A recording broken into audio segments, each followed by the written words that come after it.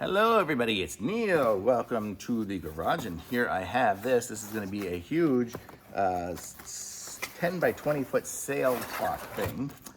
I guess it comes packaged super compressed. This thing has got like all the vacuum seal things. Pretty cool. I like it when things are vacuum sealed like that. But I'll show you what it is. I like my way of opening it. So what this is here is it's a huge black sail, and it's made out of kind of like a mesh stuff. I'll show you guys what it looks like here.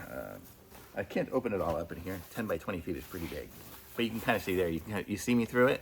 So it's a very tight woven, like a plasticky nylon stuff.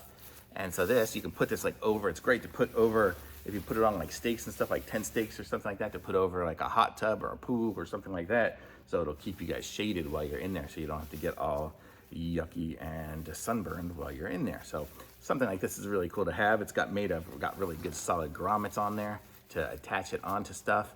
You can tie it on with ropes onto trees if you're camping or something like that, and you just want to put some shade for your campground. 20 feet by 10 feet, that's a pretty big area. So you can put this over like the whole cooking area, even because it has all the open holes in it. I wouldn't put it over a campfire, it'll probably burn up.